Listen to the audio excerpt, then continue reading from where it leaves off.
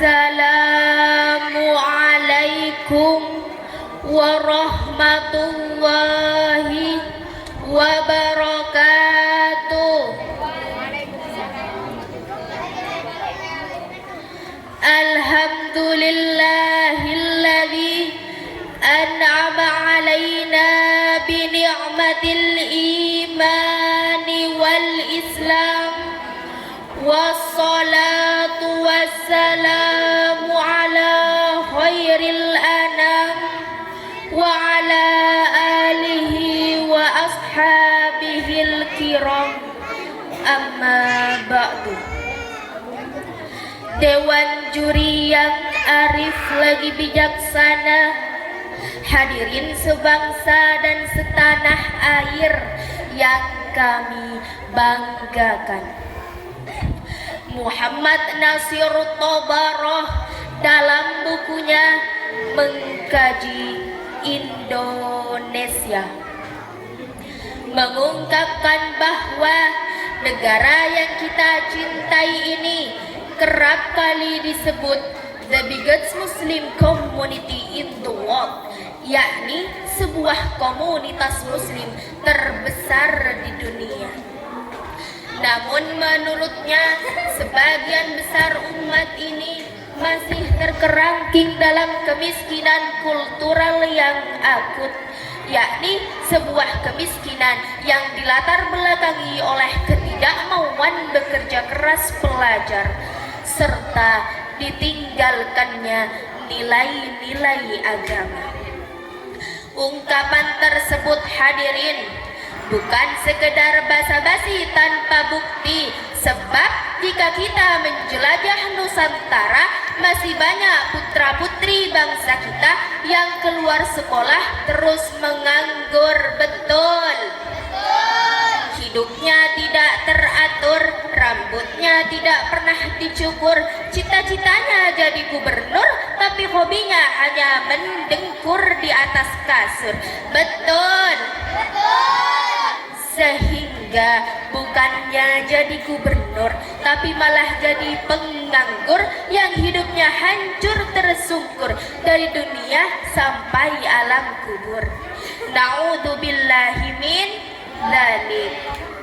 Oleh karena itu, pada kesempatan yang berbahagia ini, izinkanlah saya menyampaikan sebuah tausiah yang berjudul pentingnya moral dan peran etos kerja dalam memajukan sebuah bangsa. Dengan rujukan Al-Quran, surat At-Taubah ayat 105. A'udzu billahi minasyaitonir rajim. Bismillahirrahmanirrahim. Wa qul i'malu fasayarallahu 'amalakum wa rasuluhu wal mu'minuna wa saturadduna ila 'alimil ghaibi wasyahadati fayunabbi'ukum bima kuntum ta'malun. Dan katakanlah, bekerjalah kamu, maka Allah dan Rasulnya beserta orang-orang mukmin akan melihat pekerjaanmu itu, dan kamu akan dikembalikan kepada Allah yang mengetahui hal yang gaib dan yang nyata, lalu diberitakannya kepada kamu apa yang telah kamu kerjakan. Ma'asyiral muslimin wal muslimat rahimakumullah.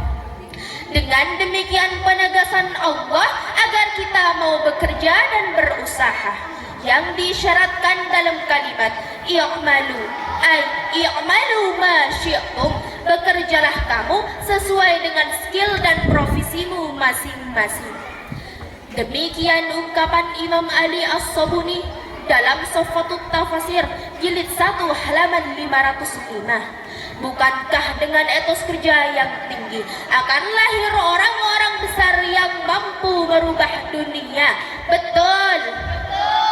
Akan muncul karya-karya produktif yang mulia, dan dengan pattern etos kerja yang tinggi, suatu bangsa akan mampu menguasai peradaban.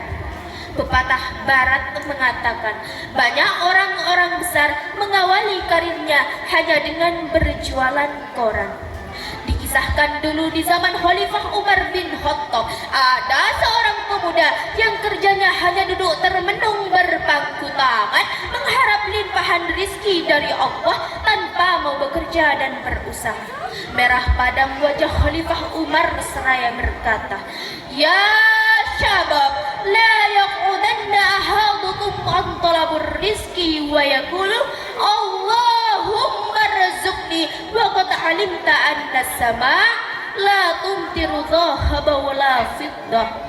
Wahai pemuda, tidak pantas kau duduk termenung berpangku tangan mengharap limpahan rizki dari Allah tanpa mau bekerja dan berusaha.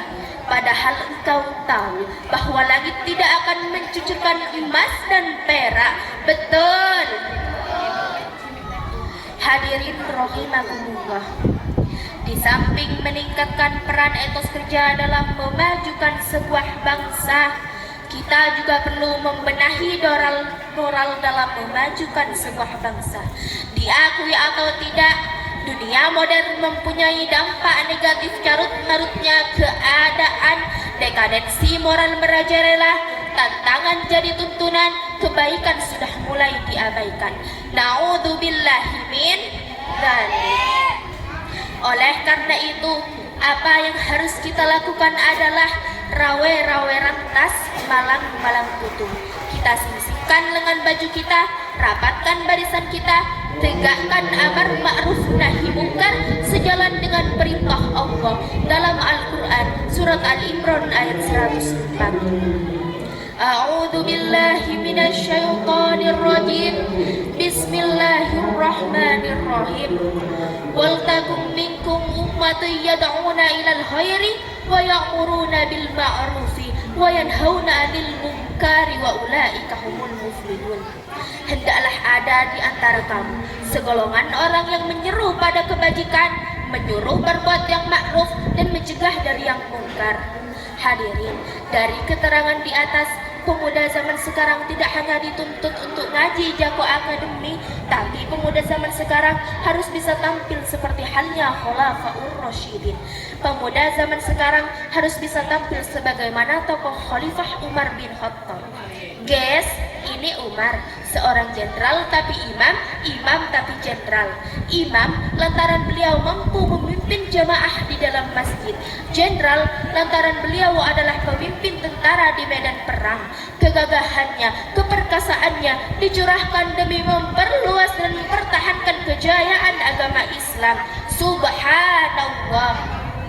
Mana sosok Khulafaur Rasyidin Umar bin Khattab. Karena bangsa dan negara sekarang ini tidak hanya butuh orang yang pintar, tapi pintar yang benar. Dengan demikian hadirin, etos kerja merupakan solusi yang diberikan oleh Al-Quran untuk memberantas kemiskinan dan untuk memajukan sebuah bangsa, yakni negara kita tercinta, negara Republik Indonesia. Sekian dan demikian, kurang lebihnya mohon maaf. Buah mangga, buah pepaya, jika dimakan enak rasanya. Cukup sekian pidato saya, semoga bermanfaat untuk semuanya. Wabillahi taufiq wal hidayah. Assalamualaikum warahmatullahi wabarakatuh.